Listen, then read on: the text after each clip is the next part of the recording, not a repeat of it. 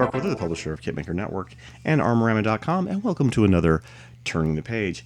Today we've got from Fine Scale Books, this is Shep Paine's Armor Modeler's Guide with contributing editor Jim DeRogatis, sorry.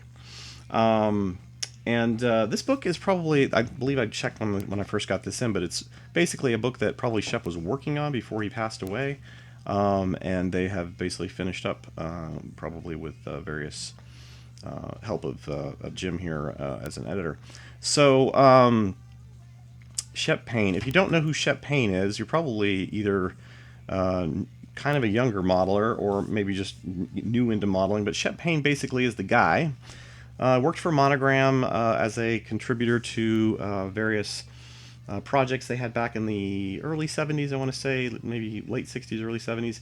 And he did basically these inserts that went into a lot of the Monogram models back then that showed how you could essentially create a diorama. It was both for armor and for aircraft. I'm not sure he ever did any ship dioramas for Monogram, but definitely some armor and different aircraft dios. And they were, in a word, amazing.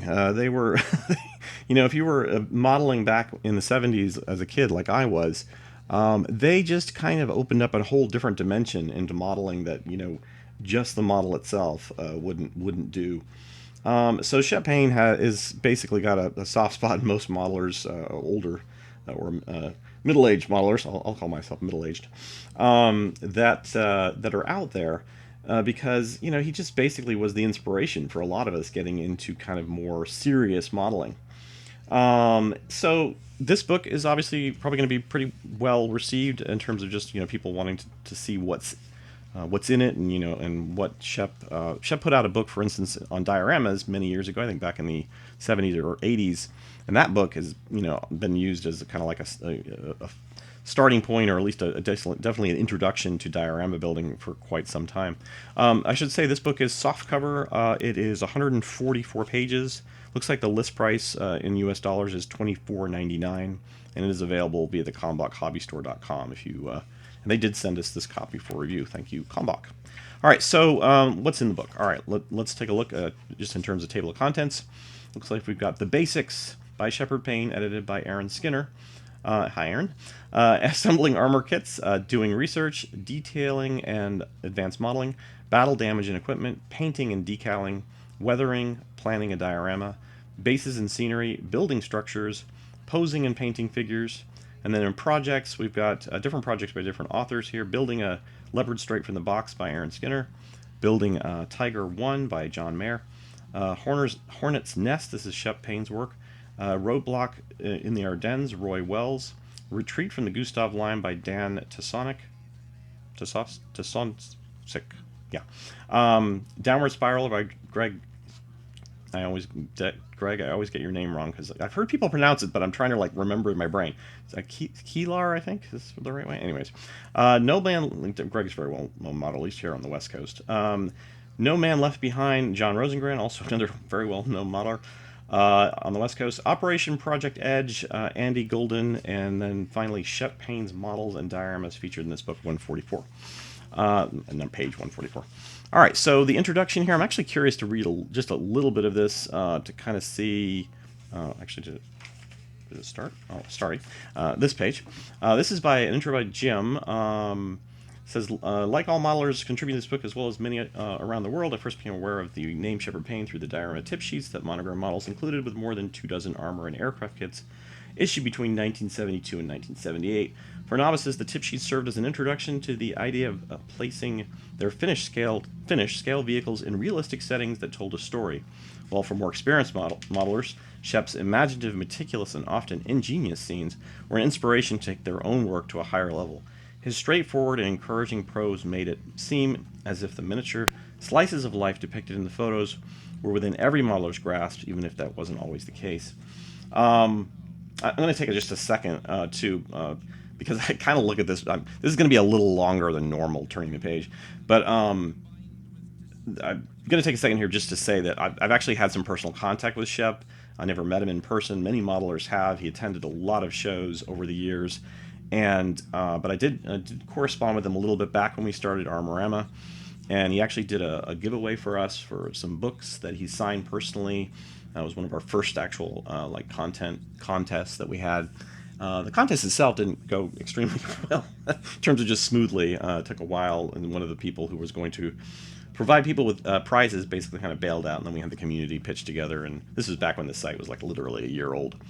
But Shep Paine was very generous and basically even told me a little bit about like what was going on with him, which at the time I believe he was doing a lot of military collect. He was basically running a kind of a military collection where he sold and bought different pieces and had quite a collection. But he did talk about his modeling and basically that he felt like even though obviously his work was well remembered and loved, that modelers of today had essentially like gone way past what he had done back in the 70s or even more recently. He got into historical modeling at some point and was doing a lot of military figures and so forth, which is I'm sure what led him into the military kind of collecting and stuff. But but in terms of his military vehicles and aircraft and stuff, he just felt like he'd rather go to a show and meet other modelers and see their work than basically kind of try to grab the limelight as I'm one of the greatest modelers that ever lived. That's not. He was a very. I guess what I'm trying to say is he was a very humble person, and I could tell that even just in corresponding with the emails. So I just wanted to kind of bring that out because not that I met the man, not that I had a close relationship with him, but I did have a time period, very brief, where I was emailing him back and forth and arranging shipments of books to his location and so forth. And again, he was just very very generous and very very just great guy all around. All right, so again, this book obviously was probably finished up by other people basically to get some of the content. I'm imagining a lot of the photos and stuff maybe potentially maybe at the time Shep had passed away that he hadn't selected all those say photos and all the things that were going to go in the book rather than just writing some of the text. All right, so this whole section is by Jim, and then we have the first section, which is assembling armor kits, and this goes into basically a basics of building kits and probably some tips and techniques to help you along, test fitting and assembly, using liquid cement, filling seams. So this is going to be basically for people either recently into the hobby or starting out. It's going to be really a good book to start with, I would assume. So, being that his experience, extended back 50 years, basically going on, then they've got the doing research bit here, a kind of a little pointy thing of all the different parts on a tank. I should read that, so maybe I could catch up on some of my vernacular.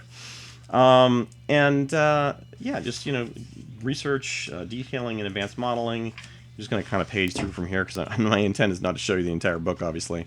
A lot of how-tos and tutorial bits, a lot of essentially photos showing these various techniques in practice, which I'm guessing maybe Aaron and other authors probably shot those photos and did that. And then, just again going into the second half of the book, which is going to be after we did the posing and painting and faces. We got faces and we got everything. It's just it's going to be an all-arounder. And then we have the last section, which I believe is the section by different authors, and I'm guessing these are some of the projects here. Yeah, so like this is the downward spiral with the mini arch tram. These are people who probably again were very much inspired by. In fact, I think each of them has a little bit here. Yeah, like this is John Rosengrant's in the 1970s when I first laid my eyes on Shep's monogram. Models, diorama, tip sheets, they changed me, not only in influencing me as a modeler, but also having an impact on my upcoming career choice. I was immediately captivated by the storytelling aspect of the dioramas, which essentially are paintings in 3D. I'm not going to read the whole thing, but I also met John. John is he's like another great guy, another kind of like a diamond of the hobby and so forth. I will say that over the years, you meet a lot of modelers, and there's so many great people out there. But one of the things that I think is a constant that isn't always the case for these people I'm talking about is that we all have a bit of an ego, and I'm not saying that in a bad way. Everybody has ego, but some of these guys are just so confident in their that they've essentially built something that they're happy with. You know what I mean? They build something that they're happy with, that they like. It's kind of like the way they wanted it. And then they really don't care. I mean, they really they I'm sure don't mind the compliments and so forth, but they're satisfied with their work, and they're not like going to get upset if they didn't win in a contest, which is, for about probably the other 90% of us, that's just not the case. I guess these are like the Gandhis of the, of the modeling world. And I would definitely put, like I said, I've never met Shep personally, but based on my correspondence, I put him in that group. I'd certainly put John Rosengrant and many others. I'm not saying there's not a lot of guys out there like that, but they are kind of more the rare modeler. I think something we can all aspire to, I guess. So that is Shep Paine's Armor Modeler's Guide from Fine Scale Books, Fine Scale Modeler Books. And I'm sure it's going to be a good addition for a lot of us to have in our libraries. I'm happy to keep mine. And I only wish that when I did the signed autographs that Shep did on his dioramas book that I'd asked for one for myself. but I just was so stressed back then with starting the site out, and it had a lot going on. Even as much probably as I do today, because it was such a hectic time period, and I was actually working full time, and I was doing the site full time and all that too. But yeah, it was just I should have asked him for an 11th copy. Basically, he did like 10 signed copies. So and I never even saw them because they went directly to the people. Actually, no, I didn't see them. Did I see them? No, I think I didn't. I didn't see them. They went directly to the people, I want to say. So, anyways. All right, well, thanks for watching this special edition of Turning the Page. It's longer than normal edition. I can see I'm up to 11 minutes already.